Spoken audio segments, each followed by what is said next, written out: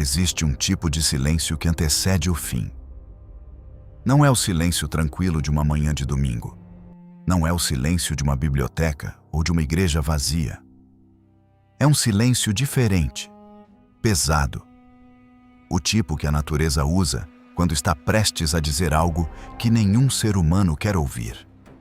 Na costa nordeste do Japão, na tarde de 11 de março de 2011, esse silêncio existiu por exatos 41 minutos antes que mais de 20.000 pessoas parassem de respirar para sempre. E o mais perturbador de tudo isso é que naquele momento, ninguém percebeu.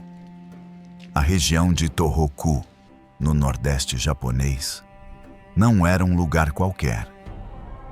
Era uma costa que carregava séculos de memória dentro das pedras, dentro das histórias que os avós contavam, dentro dos monumentos de granito espalhados pelas colinas que diziam, com todas as letras, que a morte já havia passado por ali antes.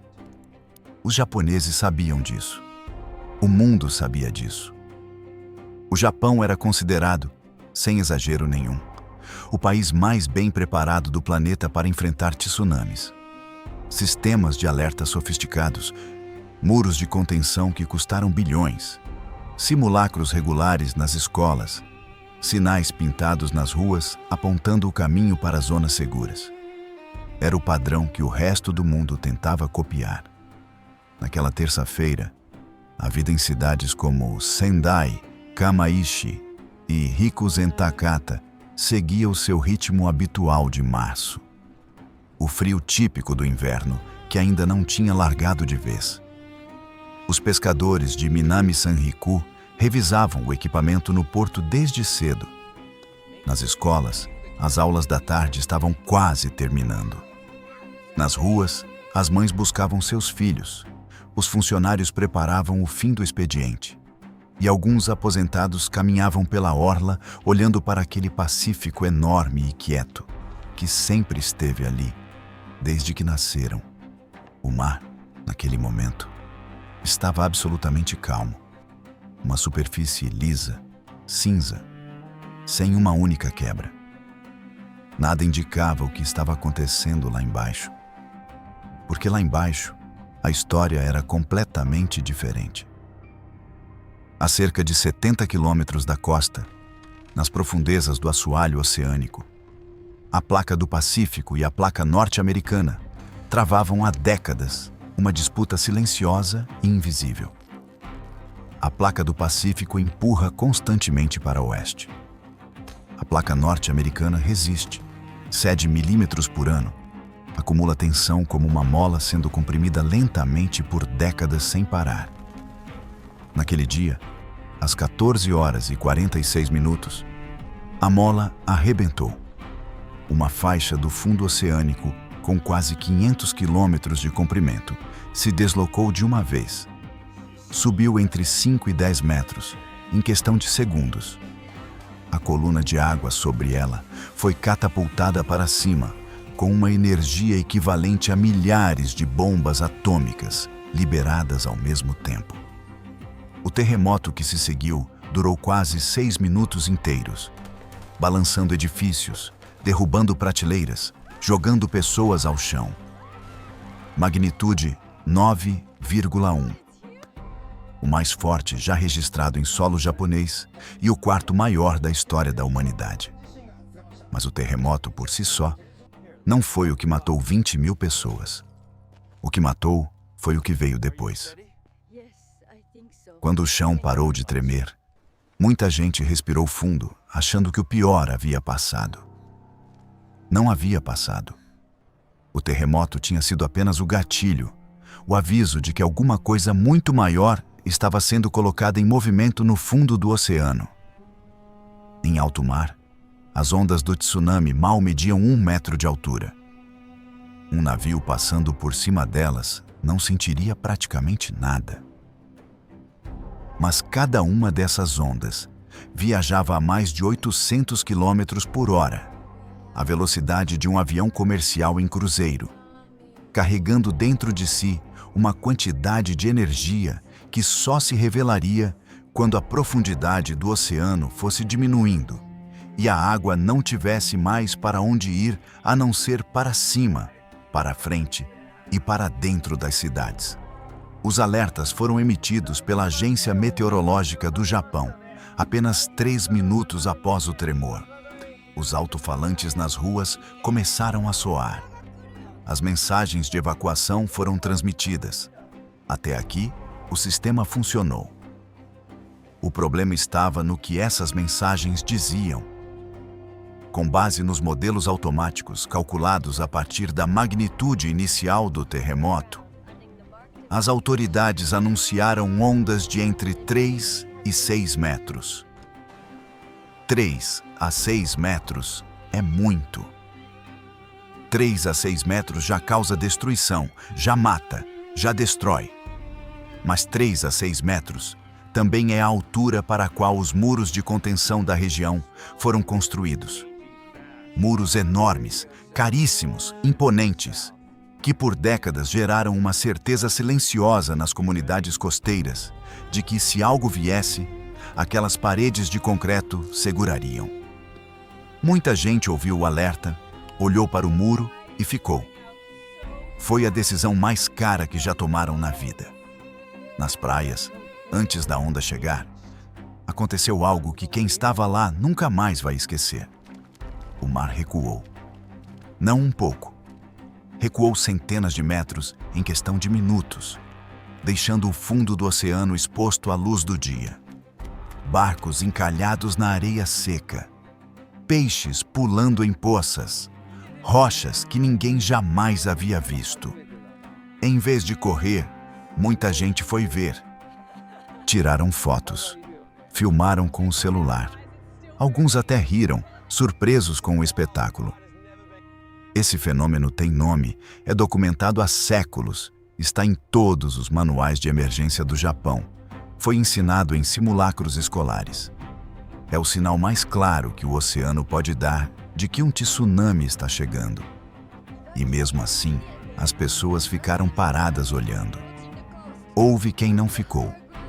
Miki Endo tinha 24 anos e trabalhava no Centro de Defesa Civil de Minami Sanriku. Quando a onda se aproximava, ela ficou no seu posto, no microfone, transmitindo os alertas para que os moradores da cidade evacuassem. Continuou transmitindo enquanto a água subia. Continuou falando quando o prédio começou a ser engolido. Sua voz foi a última coisa que muita gente ouviu antes de correr e se salvar. Ela não conseguiu se salvar. Tinha 24 anos e escolheu ficar para que outros pudessem ir embora. Esse é o tipo de detalhe que os números nunca conseguem contar direito. 19.700 pessoas mortas ou desaparecidas é uma estatística. Miki Endo é uma pessoa. A primeira onda impactou a costa de Tohoku às 15 horas e 27 minutos. Não chegou como nos filmes.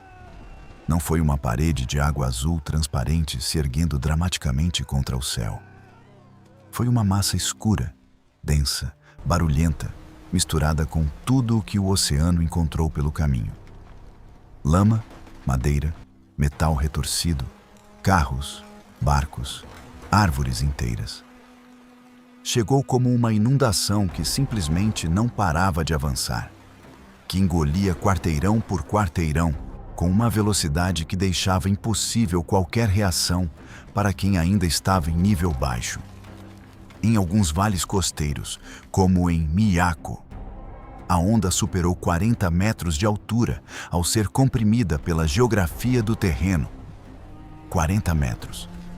A altura de um prédio de 13 andares. Os muros de contenção, esses monumentos de concreto que custaram décadas e bilhões para ser erguidos, foram ultrapassados em menos de 1 minuto. Cidades que existiam há séculos foram apagadas em questão de minutos. Rikuzen Takata desapareceu quase por completo. Otsuchi, a mesma coisa. Minami Sanriku perdeu mais de 800 moradores confirmados. Em Kamaishi, o muro submarino mais longo do mundo, registrado no livro Guinness, foi ultrapassado como se não existisse. A água avançou entre 5 e 10 quilômetros terra adentro em vários pontos da costa. Um aeroporto inteiro ficou submerso, com aviões boiando entre a lama, como se fossem brinquedos esquecidos numa banheira. Um helicóptero de televisão transmitiu ao vivo por mais de 1 hora o avanço do tsunami. O mundo inteiro assistiu, paralisado, sem conseguir fazer nada além de olhar. O que tornou esse desastre ainda mais difícil de aceitar não foi a força do oceano. A força do oceano é imprevisível, é bruta, é inevitável em certo nível. O que foi difícil de engolir é que nas colinas de Tohoku existiam monólitos de pedra com séculos de idade. Monumentos esculpidos por sobreviventes de tsunamis anteriores, de 1896 e de 1933, que diziam literalmente: não construa casas abaixo deste ponto. Esses avisos foram ignorados por gerações. A vida foi descendo para mais perto da costa porque era mais conveniente, porque os muros davam segurança, porque ninguém consegue viver em estado de alerta por décadas a fio. Mas o oceano não tem prazo de validade para a sua memória. Hoje, o Japão reconstruiu. Ergueu muros ainda maiores, reformulou protocolos, instalou sensores mais avançados. Aprendeu, de verdade, como só se aprende quando o preço é alto demais. Mas as pedras nas colinas já diziam o que precisava ser dito muito antes de março de 2011. A pergunta que fica não é sobre o tsunami. É sobre o que fazemos com os avisos que já temos na mão. Se você chegou até aqui, deixa uma palavra nos comentários sobre o que sentiu assistindo esse vídeo. Não precisa ser nada elaborado. Pode ser uma frase, pode ser uma pergunta que ficou na sua cabeça, pode ser o nome de alguém em quem você pensou enquanto assistia. Essa troca faz esse canal valer a pena de verdade.